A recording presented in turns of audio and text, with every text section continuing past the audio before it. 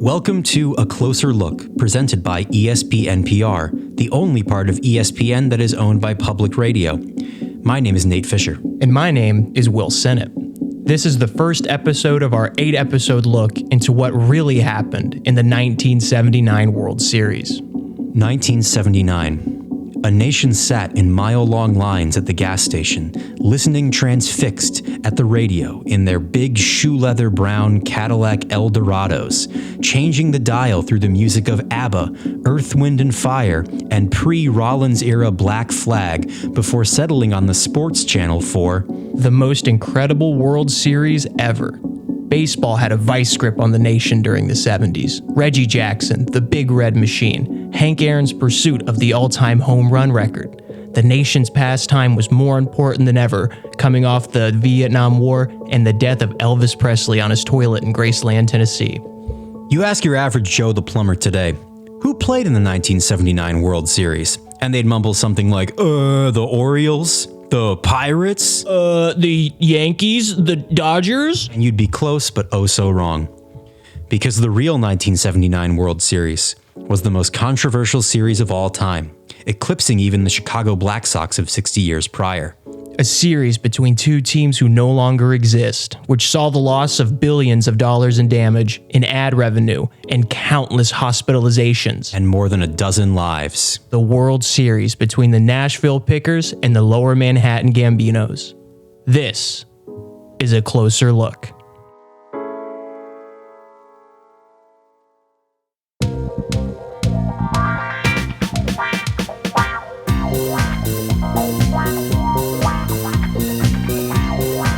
Now, Nate, I haven't set foot there in 2 decades since my family sold our lake house, but I have a kinship with the city of Nashville. And I'm a New Yorker. I'm in Lower Manhattan over here. The story of the Nashville Pickers is the story of America itself, a blue-collar team for a blue-collar people. The dream that would become the Nashville Pickers started out in a tent on a steamy Sunday. I had a vision from the Lord when I was taking a nap, and the Lord said, just as Moses built a city in the desert, so shall you build a baseball stadium here on this land formerly a low-income black neighborhood. This is audio from the documentary God's Chosen Devil, the story of Ted Roper and the Brethren. And the man speaking is Reverend Ted Roper. Now, I only ever heard of this guy growing up as being the guy who dressed up as Jesus and chained himself to a tree anytime the sales tax went up. Theodore Ezekiel Roper was born in a creek in 1895. The son of the sole dairy farmer in the state of Tennessee, Ted quickly developed a passion for two of America's pastimes, baseball and Christianity. Using the proceeds from his father's dairy farm, the Reverend started the White Church of the Pale Christ, and with his charisma and knack for self-promotion, quickly grew it into the most popular place of worship in the entire state. This from a story in the Nashville Word Rag from 1945, quote, "A man of infinite fury and almost directionless anger, the young Reverend Roper speaks as if he were an atomic bomb, and the people of Nashville are all Japanese." Warning to listeners, the war had just ended, and that was pretty much the only metaphor anyone had. We apologize in advance. After taking that trademark fury to the Tennessee State House and later Congress for 20 years, Reverend Roper was able to secure tax-free religious designation for a baseball stadium on land his family had seized during Reconstruction. This required certain religious modification to a baseball stadium that we'll get into later. But in 1970, construction began on the Holy Cow Dairy Stadium and Megachurch. The team was originally called the Nashville Cotton Pickers (from the old times). Some people thought the parenthetical was a racist dog whistle, and nobody liked that. Nobody in the North. But Reverend Ted was an innovator, and in a desperate attempt to find another excuse to keep the name Pickers, actually invented the guitar pick. What? Yeah, it was invented in 1970 by a priest as a runaround distraction from racist advertising. But also, the Reverend loved music.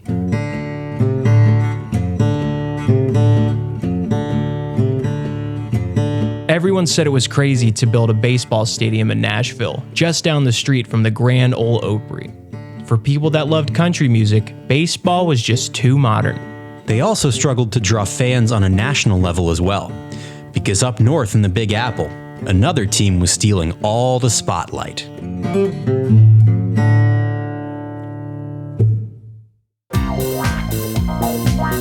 New York City in 1970. Who wouldn't want to be there? Taxi driver, garbage strikes, Saturday Night Live. No better time to be in any city. But you had to watch out for the mob. New York in the 70s was ran by the Frazzettas in the Bronx, the Pangolinis in Queens, and the Gambinos in Lower Manhattan. And famously, Brooklyn and Staten Island had no Italians. Now you might be asking, why did New York, already home to the Yankees and the Mets, need a third team? And the answer to that is Carmine Gambino. Here's a 60 Minutes interview of Carmine from the time. Well, in New York, there's the three families. We all know that. The Frazzettas of the Yankees, the Pangolinis of the Mets, and what do we got? We're not going to be the only family without dick in our hands. So we got us a team. The Gambinos famously had Paul Giamatti's dad installed as commissioner of baseball, and his first order of business was to award a contract for a team based right in the middle of Lower Manhattan, the densest commercial neighborhood in America. So that's why they built the stadium in the sky. Yep. The Gambinos owned plenty of profitable Wall Street real estate. Why would they knock it down for a stadium? So they built the only stadium in the world that could seat 25,000 fans while being on top of several different important financial institutions. Here's Carmine again. And why directly on Wall Street? The Gambino family owns Wall Street, which means we own the ground above Wall Street. So we figured, why don't we put those cocksuckers in the shade? Throw a field on top of them. And that's exactly what they did. 6 months later, the Marlboro and Camel Filtered Cigarette Stadium finished construction. Now, you went to a lot of games as a youngster. What was it like to experience a baseball game from 600 feet above the ground? Oh, it was awful. You had to get there 4 hours early because the elevators only took 8 people at a time, and it was built directly in a wind tunnel. I think the batting average in the stadium was like 190. I was in the ground for 13 no-hitters. We had to bring 2 gloves to the game, one for baseballs and one for birds attacking you in the stands. Why did anyone go? Well, a lot of people worked in the buildings underneath it. But the Gambinos also spent so much money on players, it was fun to watch them hit home runs that would turn into doubles because they kept hitting seagulls. Now tell me about, what was Nashville Stadium called? The Holy Cow Dairy Stadium and Megachurch. Oh, like the cheese company. Yep. Reverend Ted owned that too. But the cheese company was just a little bit better run than the HC. Construction on the Holy Cow Stadium continues today, 2 months after it was scheduled to be completed. The team's owner, Reverend Ted Roper, announced yesterday that he received another vision from God. Now, who doesn't love Moses? Serious question. If you're not here to see a giant statue of Moses, one of my boys will come kick the shit out of you.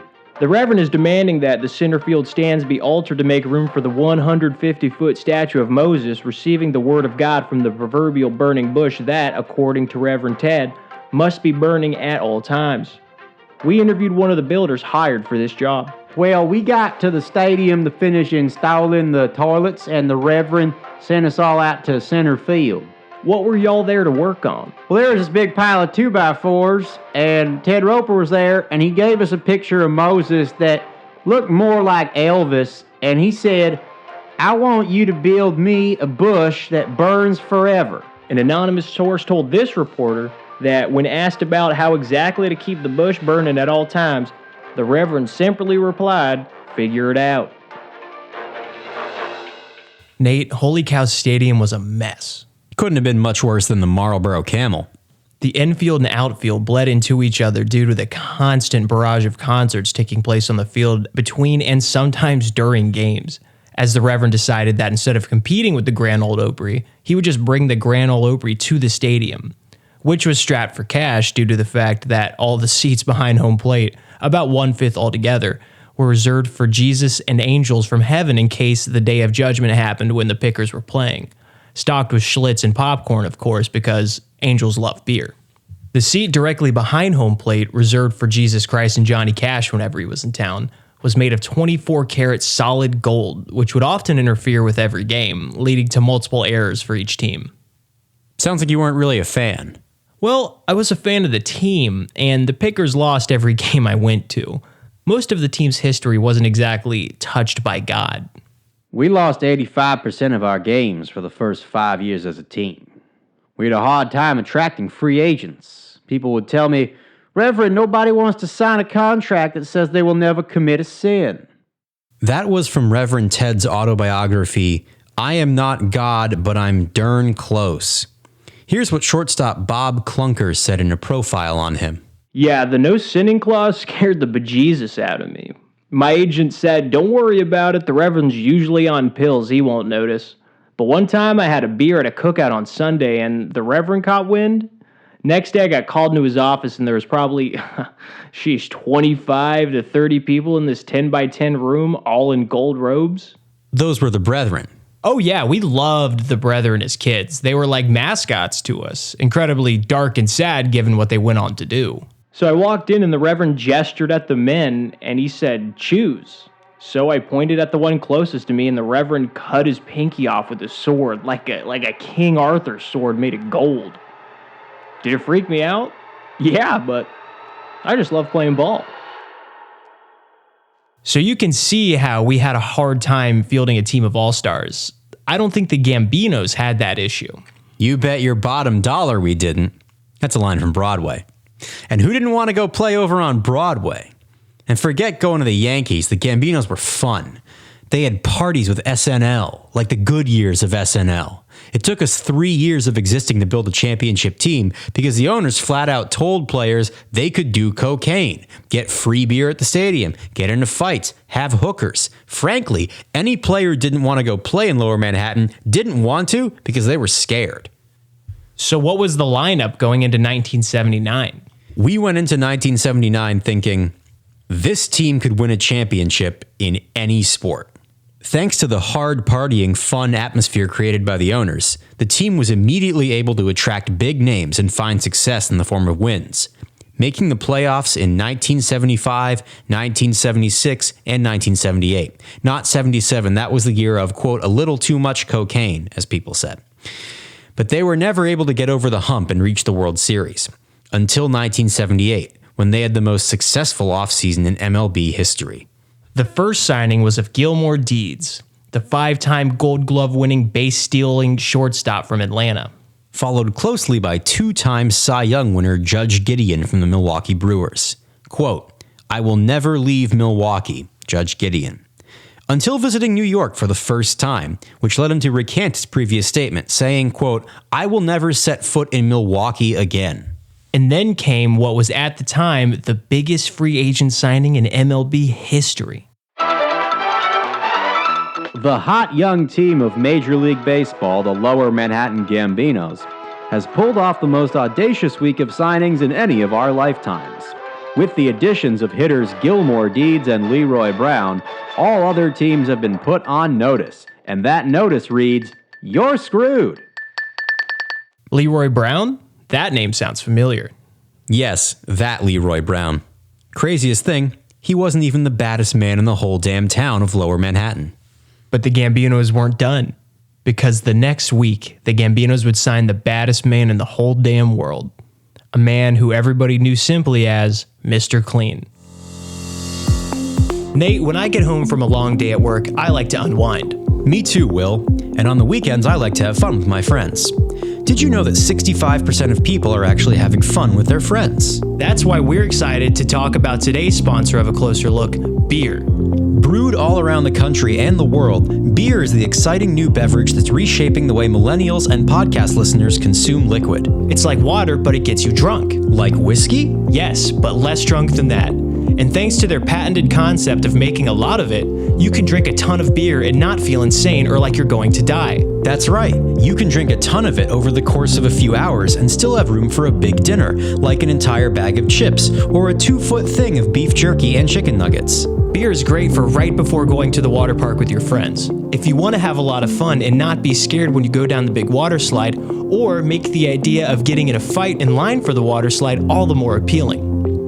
A lot of millennials in their high-paced business life don't have time to fall asleep 20 minutes into a matinee screening of Lady Ghostbusters. But with beer, you can be snoring in a matter of minutes. Do you miss the absolute joy you felt as a child when you walked into a room and saw a big Buck Hunter console? Do you want to recapture that feeling? Well, now you can with 7 to 9 beers on a Saturday before noon. Just go to the gas station and use the promo code A Closer Look.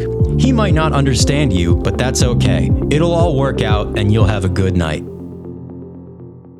Did Nashville have any signings? They couldn't afford it. Sure, they got some free agents off the scrap heap like Rodney the Cooler Womack and Elliot Van Leer. The biggest was first baseman Teddy Kruns, who was notable only because the previous year he died for 7 minutes while on the field after choking on a wad of chewing tobacco. And everybody's lack of enthusiasm was upended when the team managed to start the 79 season even worse than people thought, going 2-18. But the biggest change in the season wasn't from a signing at all. It was a gift from God. And that gift was named Opie White.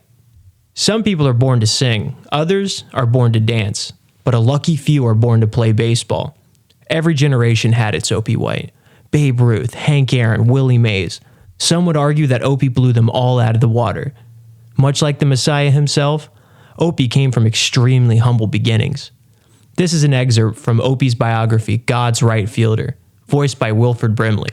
He was born in the water. Some say that's why he moved like it on the field.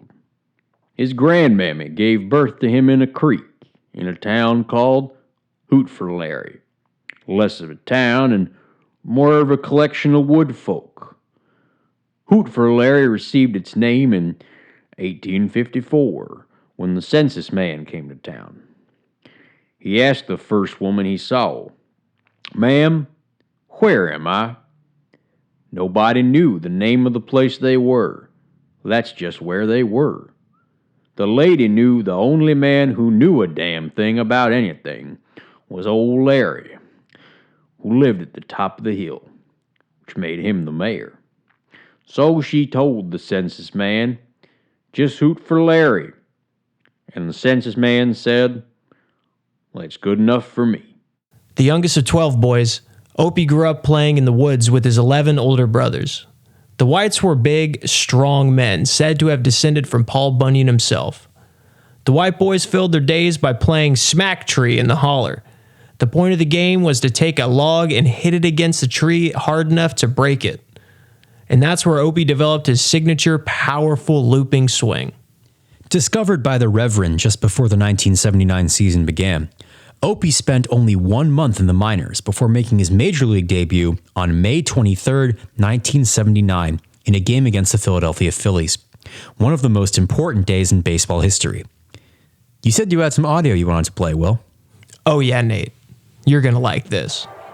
Well, it's a swampy day here in Nashville. Bottom of the third inning, 2-0 score in favor of the Phillies. And let me tell you, we got a stew boiling out on the field right now. It is wet and it is thick. I love this guy already. Oh yeah, he's legendary. That's the Marshall Wayne. He was real Marshall back in the day, famous as the man who had shot Babyface Nelson. He was known for his yee-haw-style larger-than-life calls. Whoo-wee! Careful with your footing, Greenhorn. Looks like half the players are sinking into the field, getting their boots caught in divots left here from last night's Rush concert. I caught some of that show they put on last night, and boy, let me tell you, Rush sucks. And we got a new boy coming up to bat making his major league debut, the skinny boy. I tell you, I can't tell where the arm ends and the bat begins. Boy looks like he's made out of sticks. A local boy by the name of Opie White. He stands in waiting for the pitch.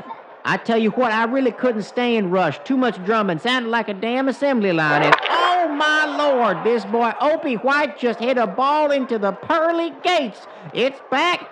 It's back. Deputy, grab my six-shooter because we're rounding them up. What was that? Oh, that was a gun. He would always do that, bringing guns in to shoot off at the sound booth at an ear-splitting volume for home runs. Whenever he would travel for away games, security would try to confiscate his guns, to which he would always reply, "I am a United States federal marshal. You can take my guns after you kill me dead. Call my friend John Edgar Hoover or draw on me right now, you yellow son of a bitch." Opie White went on to have the best debut baseball had ever seen. He ended the day with 3 home runs and a double that would have gone out if it had not been for the ball striking a raven and falling into the outfield, which would be a sign of things to come. Opie dragged the Pickers to a wild card berth, hitting .376 with 49 homers and 132 RBIs. His season was immortalized by the song "The Ballad of Opie White" by the popular funk soul disco group Groovy World, led by lead singer Money McDonald's. His 12 brothers taught him how to bat, and the good book taught him how to act. He wasn't much for reading or writing, but when it came to baseball, he was disco lightning. Opie White was disco lightning. Opie White was disco lightning. Opie White was disco lightning.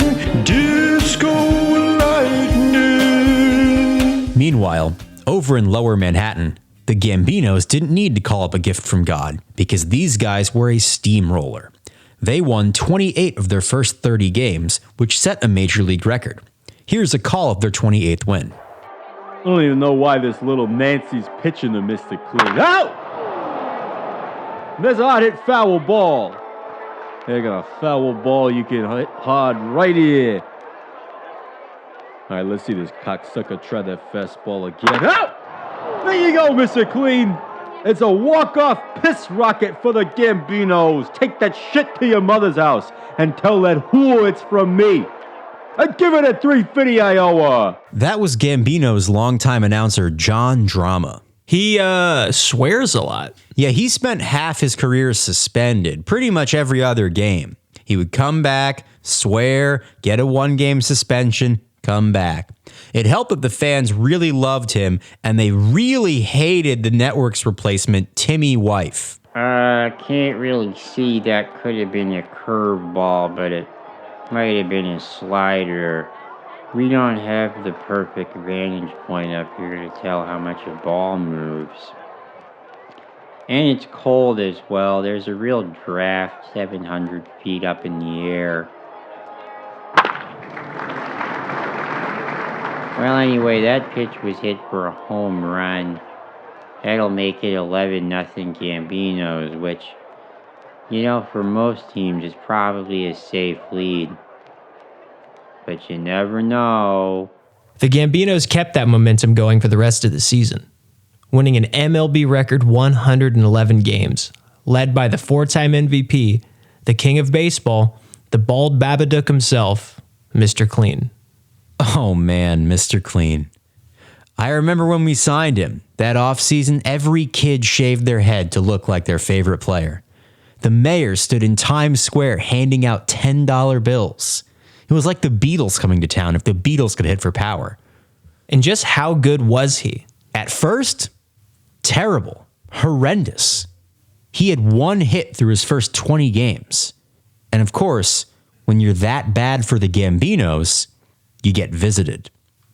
Here's later testimony from the interrogation of one Ricky the Weasel. Yeah, I pay a visit to anybody who's not doing good business by the family. I don't care if he hits baseballs or makes cheesesteaks or what. If it's bad business, I'm breaking his pinky. He didn't break his pinky, did he? He broke his pinky. Why? At the time, I did not understand the correlation between him using the pinky and hitting a baseball. Afterwards, I stopped breaking pinkies of baseball players, and Mr. Clean, well, he got enormous. Like humongous. Mr. Clean went to rehab in what was, at the time, Yugoslavia for slight pinky surgery and must have gained probably 55 pounds. He came back a month later and hit 22 homers in 4 weeks, and most of those balls flew into somebody's office nearby. The Wall Street guys started wearing motorcycle helmets to work. Sounds to me like he was the first player to use steroids. Well, we'll never know because there was no such thing as drug testing back then. And back then it wasn't called steroids, it was called super soldier juice. But Mr. Clean caught up to the other power hitters on the team like Leroy Brown, Francis Bipac, and Sleepy Goodnight, and the Gambinos waltzed through the playoffs. The Pickers, meanwhile, had a much more difficult road to the World Series. It was all hands on deck. A hand injury to rookie phenom Colby Bryant set the team back, but they powered through and were able to defeat the Cincinnati Reds thanks to a dramatic play at the plate. We are tied at the bottom of the ninth. Play is set to resume as the Pickers medical staff has retied Opie's shoe at second. Opie is the winning run as Trey Lunch stands in and smokes one right back up the middle. Cesar Geronimo comes throwing to the plate. He has Opie dead to rights.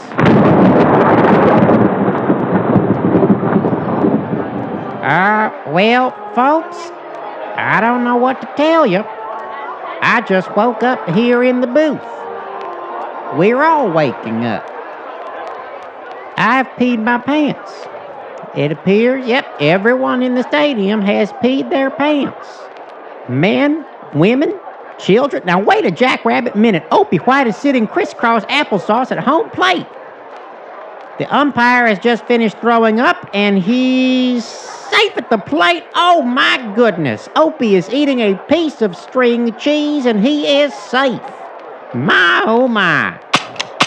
Now my gun is covered in piss, rendering it useless, but I am firing it into the air nonetheless. The Pickers are going to the World Series.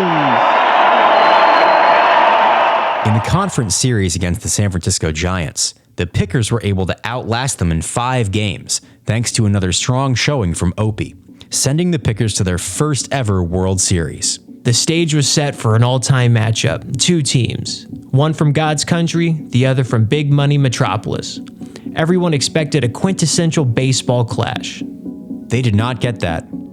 They did not get that at all. What they got was a disgrace. Crimes, treachery, bedlam, chaos. When the dust settled, both of these teams would cease to exist. 36 people would be in jail, and 2 of the greatest players to ever live would be dead. Next time on A Closer Look.